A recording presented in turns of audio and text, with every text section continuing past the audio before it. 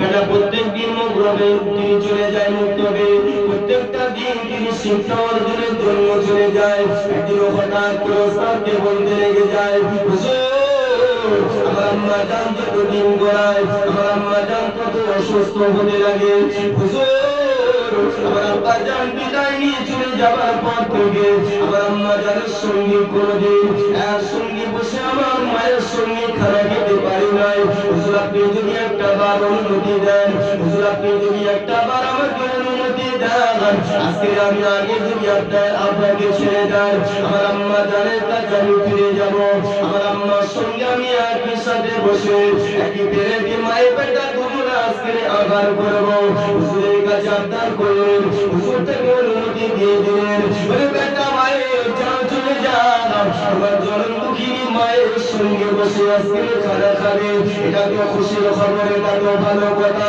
বলে মায়ের চলে যাও আম্মার সঙ্গে খানা খাওয়ার জন্য বাড়ি থেকে তিনি দৌড়াতে লাগলেন। আম্মা এসে দেখলেন আম্মা জান নামাজের মুসল্লায় বসে রয়েছেন। মাগরিবের ঠিক কাছাকাছি সময় তিনি বাড়িতে প্রবেশ করলেন, আম্মাকে সালাম দিয়ে বাড়ির ভিতরে প্রবেশ করলেন। আম্মা জান বেটা বয়সাল কারণীকে বললেন, বেটা এই বেটা বয়সাল কারণী শোনো, তোমার জন্য খাবারটা বাড়া রয়েছে, তোমার জন্য খুরমাটা রুটিটা রাখা আছে, এ বেটা বয়স ওই খাবারটা তুমি খেয়ে নাও। আম্মা জান কি বলতে লেগে যায়, মা ও আমার আম্মা জান, আমার আম্মা জান, আমি তোমার বেটা বয়স একা খাবো না মা, আমি তোমার বেটা আজকে তোমার সঙ্গে খাবার জন্য আগে আগে আমি চলে এসেছি মা, ও আমার আম্মা জান, আমার আম্মা জান, আমি তোমার সঙ্গে একই প্লেটে একই সঙ্গে খাবো। আম্মা সেদিন বেটাকে বোঝাতে লাগলেন, হে বেটা বয়স আমি তোমার আম্মা জান, আমি তোমার জন্মভূমি মা, আজকে সারাটা দিন রোজা রেখেছি বেটা, মাগরিবের আযান দেওয়ার পরে পরে আমি ইফতার করব বেটা, তোমার খাবারটা তুমি খেয়ে নাও। আম্মা জান নিজের কষ্টের কথা, নিজের অনাহারের কথা বেটাকে শোনালেন না, বেটা থেকে তিনি এগিয়ে যেতে চায়, বেটা থেকে তিনি প্রসঙ্গটা উড়িয়ে যেতে চায়। বেটা সেই সময় বারবার বারবার আম্মাকে বলতে লাগলেন, মা আমার আম্মা জান, মাগরিবের আযানের পরে পরে তোমার সঙ্গে একই প্লেটে খানা দানা হয় খেয়ে নেব। আম্মা জান বেটা বয়সাল কারণীকে বারবার বারবার বলতে লেগে যায়, ওই বেটা বয়সাল কারণী আমার জন্য তোমাকে অপেক্ষা করা লাগবে না, ওই বেটা যাও তোমার খানাটা তুমি খেয়ে নাও, সারাটা দিন তুমি খেতে পারো না, তোমার আম্মা জানের কথা চিন্তা করা লাগবে না মা, ওই বেটা বয়স যাও চলে যাও, আমি তোমার মা ঠিক ইফতার করে নেব।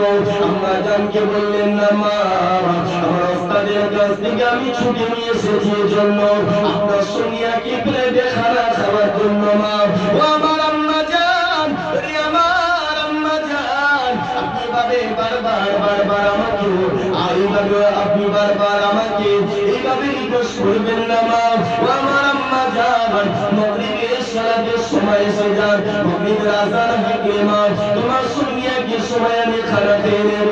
আম্মা জান বেটা থেকে লুকাতে পারলেন না, বেটা বয়সাল কারণীর সম্মুখে আম্মা জান কেঁদে দিলেন। ওই সময় আযান হতে শুরু করে দিলেন। বেটা বয়সাল কারণী বললেন, মা এটা তুমি প্রত্যেক দিন আমার জন্য রেখে দাও মা, ওরে আমার আম্মা জান, ওরে আমার জন্মদুঃখী মা, আমি তোমার বেটা বয়স আমার জন্য প্রত্যেকটা দিন এইভাবে একটা করে রুটি আর একটা করে খুরমা রেখে দাও মা, তুমি প্রত্যেকটা দিন কোন খাবার দিয়ে ইফতার করো, কোন খাবার দিয়ে তুমি আহার করো মা, ও আমার আম্মা জান, তোমার খাবারটা একটা বার সম্মুখে নিয়ে এসো। আম্মা জান আর লুকাতে পারলেন না, আম্মা জান নজরে কাঁদতে লেগে যায়। বেটা বয়সাল কারণী আম্মাকে বললেন, মা ওরে আমার আম্মা জান, ওরে আমার আম্মা জান, আপনি কেন এমন করে কাঁদেন?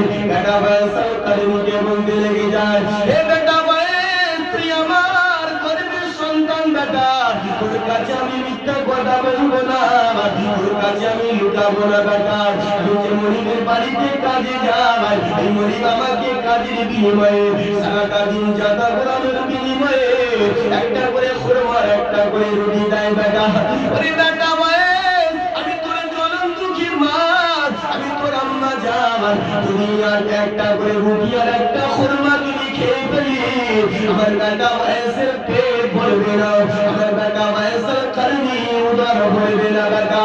এই জন্য করে আমি তোর জন্মদুঃখিনী মা, আমি তোর আম্মা জান, এই জন্য করে তোর জন্য রুটি আর খুরমাটা রেখে দিয়ে সেদিন থেকে আমি নিয়ত করেছিলাম আল্লাহ পাক আল্লাহ তাআলা বাকি যে কটা দিন আমাকে হায়াত দেবেন এই কটা দিন আমি ওয়াইসের মা রোজা রেখে পানি দিয়ে আমি তার করে কাটিয়ে দেবো। জোরে বলো সুবহানাল্লাহ।